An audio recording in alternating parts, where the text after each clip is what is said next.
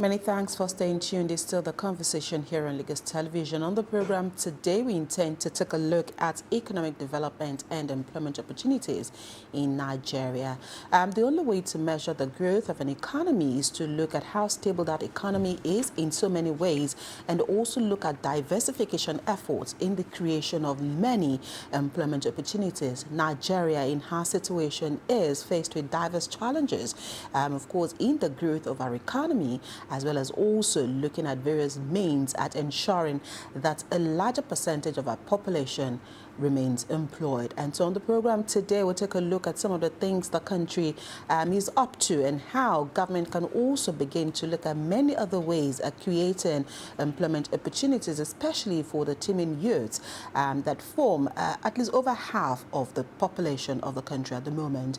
And on the program today, we have an entrepreneur as well as the former president of the Nigeria British Chamber of Commerce, Prince Dapo Adelegan. Thank you for being on the program this morning. Let's start from, I know that the last time you were here, we talked about the fact that if you take a look at the Nigerian economy, the government is doing so much. And of course, we are also beginning, or the country is also beginning to see a little bit of improvement on the economic growth, even though a lot of Nigerians still cannot see that on a larger perception. But of course, industry watchers, industry players like yourself have also identified some of the steps being taken at ensuring that at least there is stability in Nigeria's economy. But if you look at where we are today, at least this is a new year. We're in 2025. This is mid-February, and a lot of people will still ask, especially since the National Assembly just passed the budget, waiting for the presidential assent. Where would you say the economy is at the moment in terms of the stability of Nigeria's economy? Thank you very much for having me again. I think when we have a discussion on economics generally, you have many different publics. You have the industries, you have the financial institutions, right. You have the common man on the street, you have the businessman. And it's like an elephant. It depends on where you're standing. Right. What you see will depend on your situation at that time. But globally, the measurement standard of any economy is the reaction of the industries and the markets. Okay. And when you take that into consideration, we are not doing too badly. Okay. We're beginning to see stability of the exchange rate. So if it's 1.6 or 1.5, we now know we can plan with 1.5 rather than hitherto when it was 1,000 today, 2,000 tomorrow. So stability, because industries are, critical for them is the stability of exchange rate to allow for planning, and that is that's been established. Secondly, you can see that some of the social interventions, like the student loan, for example, are leading to some engagements from majority of our youths across the country. Now knowing that education is not beyond them, and beyond even the fees, allowances are being given. Right. That's positive in its own way. You can see the amount of infrastructure that is going on: road construction, housing construction. Every housing estate that's been constructed has the potential of creating about 500 jobs. Apart from the engineering workers, the food sellers, artisans. So there's a stimulation all over the country. And another thing we're seeing is that apart from the federal government, you can see that the state governments themselves are already also, moving ahead in palliatives and infrastructure programs in the state. So overall, there's a good mood from the industry and the market that we are on most likely to sustainable economic growth. The World Bank and IMF predicts about 3.5% growth this year. That is an improvement, even though we're now about 6 or 7. because of the size of our economy. Right. So we have started well. We've started well. Okay, Abimbola mentioned earlier that we have a new budget which was passed by members of the National Assembly recently. It was 46 or 47 before it was increased to 54. So that budget, looking at the breakdown and the figures and different allocations to different sectors of the economy, does that give you the hope that this particular budget is going to recalibrate the economy in 2025 as a form of consolidation to what happened in 2024? What is important for every budget is the fact that it's just a statement of intent. The budget is, this is what we want to do. Along the way, on a quarterly basis, they are reviewed. Some will be reduced. Additional circumstances will come up, and we need to increase some. But generally, you can see that it's very ambitious. Don't forget that some part of that budget will also be funded by borrowings. So that shows that government is trying to put a lot of money to the economy to stimulate growth. Because the more you spend, the more jobs are created, the more taxes are paid. Right. Okay? So spending is not a problem. Huge budget is not a problem. Even borrowing to fund some part of the project is not a problem. As long as there's economic activity that encourages employment, stability, as well as income for the people. So it's a statement of intent as a budget is the beginning. Once the president assents to it, along the line, there will be some changes, incrementals in some places, decrease in some places. The whole essence is that it's an ambitious view of the economy and a positive output from the government. Right. Let's also quickly look at diversification efforts. I know that many governments, before the advent of the Tinubu administration, have talked about the need for diversification away from oil. And there's always this projection around budget, around the crude oil prices. Even the current budget also put a price as to what, the country intends to look at globally with the price of crude. But agriculture, technology and manufacturing are other sectors where government has said we can also look at diversifying into these sectors. But at the moment, do you see this administration as working towards ensuring that truly there is a proper diversification in those three sectors that can also take away the bloat from total support from what comes in from crude? Okay, so a budget is a constituent of two incomes. One is guaranteed income, one is expected income. Right. Crude oil, as of today, and the revenue from gas are our fixed incomes. These are the incomes that we know, almost 90% for certainty will come because there's a global demand for oil and gas, for crude oil and gas. So it's safe for any government to base its budget on that projected certain income. The other incomes are incomes that are likely going to come, but there's no guarantee. Right. So we're still a couple of light years away from when we will be able to have, for example, a 50% of our budget funded by non-oil export earnings. Okay. We will get there. We're not there yet. We're not there yet, but are we working towards? If you look at the upsurge in terms of agricultural income, export, for example, that has risen almost about 300% in the last 5 years. That's substantial. If you look at what the creative industry is bringing in, where we rebase our economy, as well as the rebasing of that economy with the creative industry and the service industry took us to #1 in Africa a couple of years ago. Right. So these are all offshoots of a future that is certain. Okay. But today, crude oil sales as well as gas receipts constitute our guaranteed income. Right. And it's better, and every business actually base its budget on guaranteed incomes. Right. It leaves room for other projected incomes. If they come, fine. If they don't come, if they come, they become a profit. Yeah, you're not they become dependent surplus. so much on You can't that. depend on it. The dollar income from oil and gas is certain for the country. We're an oil-producing country. We used to be an oil-producing country with gas. Now we're a gas-producing country with oil. That is how extensive our asset in oil and gas is. Well, are we harnessing this opportunity Yes, we are. to the fullest? Look, the reality is that we always compare ourselves to countries like the US, countries like China. These are people that have been running the business for thousands of years, hundreds of years. Right. Our economy is still young. Okay, and democracy itself is young, 20 years or 25 years compared to their one. So we need to have much understanding of the fact that where we are is where we are. Okay. Many of the technologies that would even catalyze a lot of the refineries producing crude oil to produce petroleum is not available. It's very expensive. So we're moving gradually towards, getting to an optimal level with oil and gas as well. For example, gas is huge. With the recent problem in Russia and Ukraine. The entire world, Europe and others are looking to other places. Qatar, Nigeria, Russia being excluded. So we will have opportunities. If we get our politics right, if we get our leadership right. There are so many opportunities we can look harness. at the 2075 projection of Goldman Sachs, then Nigeria will be the 5th largest economy in the world. That is not just a fickle, it's a reality. It's a reality. I'm still going to take you back to the 2025 proposed budget of the federal government. I thought we were talking about employment. Yes, yes, we are coming. Because if the economy is not good, how do we create employment? We have about 1 trillion naira being added to the Ministry of Solid Minerals, and of course BOI is also getting some billions of naira and Bank of Agriculture. How would this stimulate the economy in such a way that there will be employment opportunities for the young graduates? Okay, if you look at the solid minerals sector, if you see the ambition of this administration and the minister is to turn our solid minerals to another NNPC.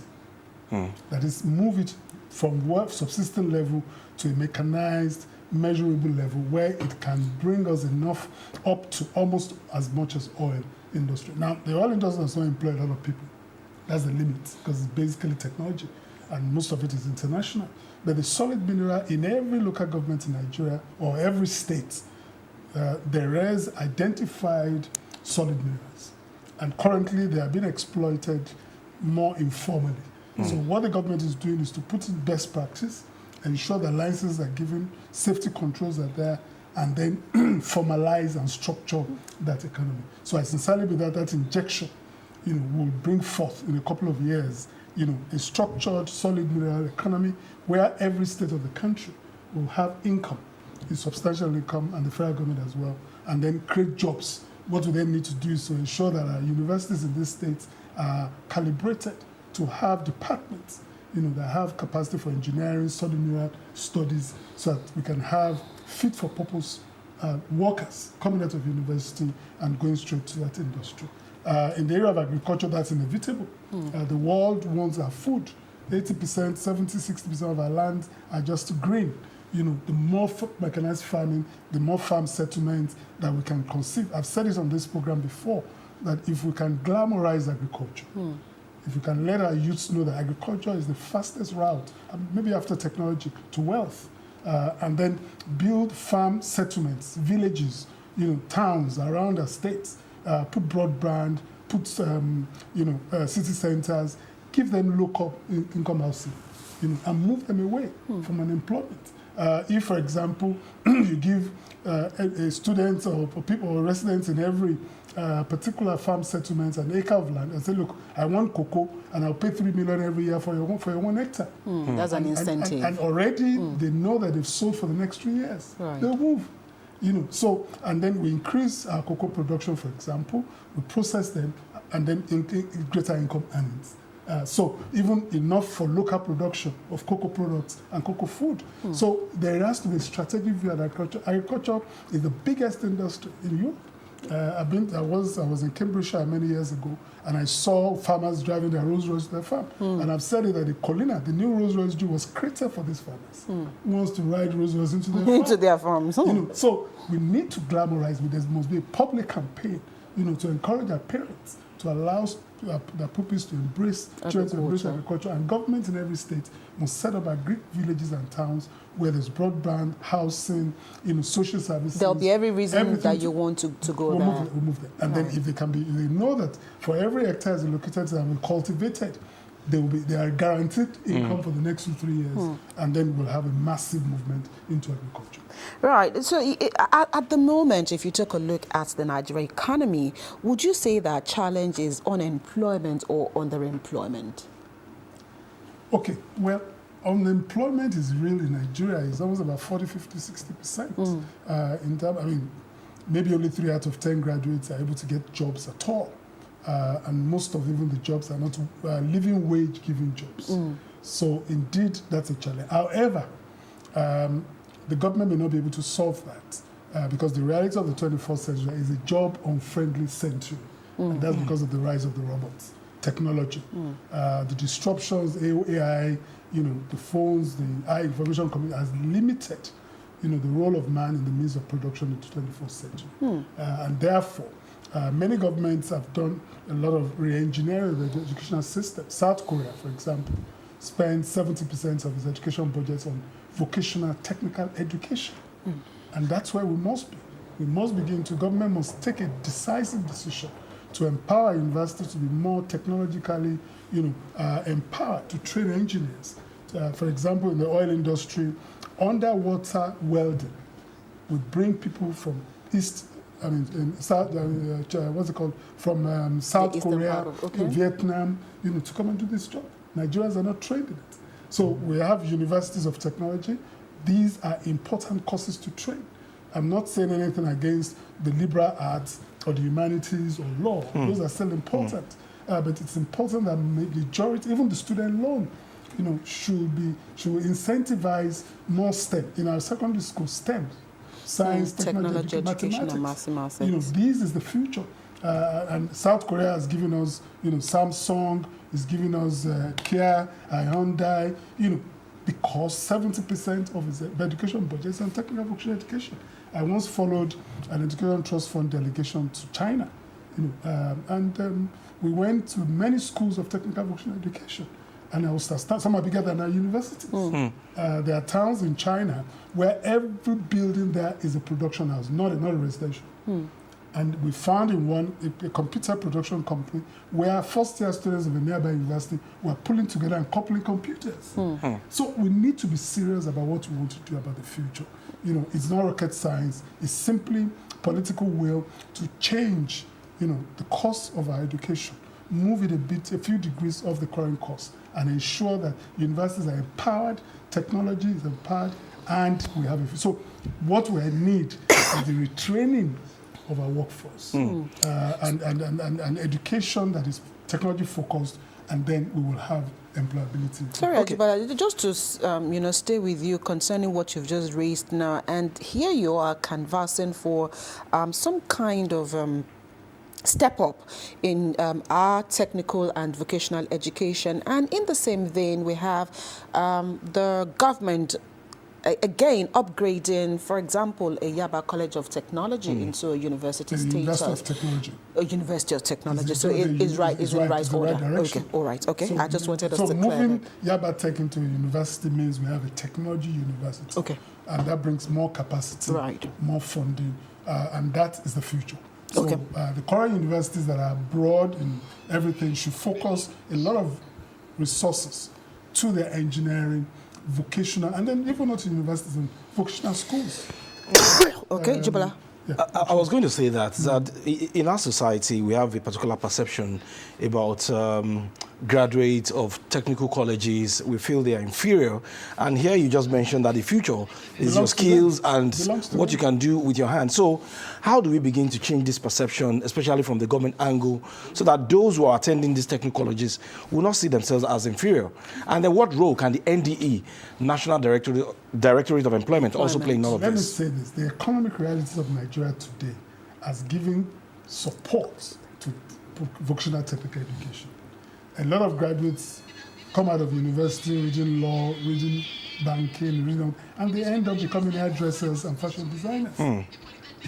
So it's a reality of our time, and many parents don't need to be convinced, because when a child comes, has a degree, after you have stayed at home for 3-4 years without a job, they will encourage her to go, to go and learn a skill. Right. So skill acquisition is the future, whether we like it or not. Go ahead. Even in the United Kingdom, where it's an economy that is robust, it's been sustainable, 80% of workers probably did not have a university degree. Right. They went to technical, but they got their, city and guilds, and through experience, they became managers. So the reality is that a society must move away from the mindset that except you have a university degree, you're not going to succeed. No. As a matter of fact, a university degree, in my mind, is a Gbajúmọ̀ certificate.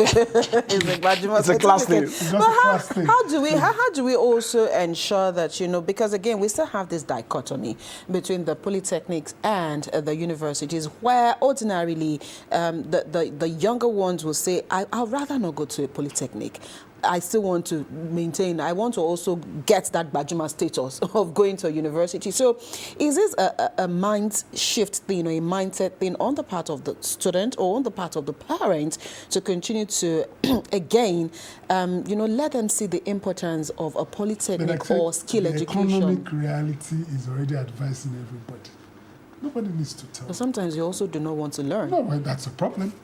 We don't want to hear. No, you must, because if you are a graduate and you are home for 5 years without a job, so parents will tell you one day to go and do something. You go and do Uber, or you go and learn how to cut hair, or go and learn how to repair a phone.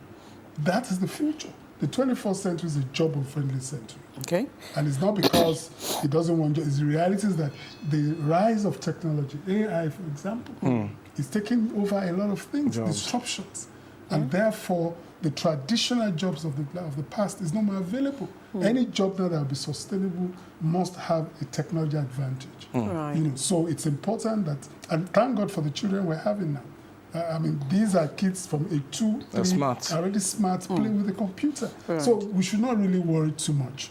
In 10 years' time, 15 years' time, the landscape of our economic architecture will have changed, and where technology and technology skill will be essential for job sustainability. Very quickly, before we allow you to go, Sarah Jibola Woodsby, how much of stable power supply do we also need to help us drive all of the things that you've spoken about? I always say that necessity is the mother of invention. We have... so there are alternative powers. Solar. But it's expensive. There can be grouping. There can be grouping. I mean, some state governments are having, you know, in community centers where the solar, people can come there and do their work. Right, so hubs? You know, hubs, that's it. So, look, necessities, whatever is obstacle beyond you, it's not an obstacle, it's an opportunity. Just find a way around it. We'll get to stable power, alternative power, solar power, efficiency in a couple of years' time. Okay. When you look at the amount of investment that not only the government, even private institutions are putting. So cost, I mean, look at the cost of petrol today. Yeah. I mean, it's fluctuating, it's coming down, it's competition. So we'll get there. But the reality is that that should not be an hindrance for anyone that is determined, you know, to make a meaningful life through skill acquisition and training, and also business. I mean, hairdressing salons are operating all over the world. And in Nigeria, every corner, what are they using? Either solar or small generators. And they're still making money, catering. Right. So it's not an issue. Okay. It's an excuse. All right. Okay, I mentioned the ND the other time, the National Directorate of Employment. Is this body actually playing any role at all in creating employment opportunities? I think Nigerians must begin to, you know, somebody said we need to go. Quickly. Yeah, Nigeria must begin to understand that government agencies are not solution providers. They are enablers. Okay.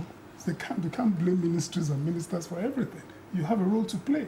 So I think the ND is doing its job. You know, we also must, and I've told you, knowledge is power. A lot of people are unemployed because they don't realize the fact that the goal has shifted. And it's no more about your certificate, it's about your skill. Right. Go and get a skill. Go and get the skill. All right, that's where we would have to leave this conversation this morning. Thank you so much, Prince Dapo Adelekun, for finding time to be here with us on the program today. And that's much we'll take on this side of the table this morning. We'll take a quick break. When the conversation returns, it will be the turn of Adebimpe and Joy to take you through their conversations.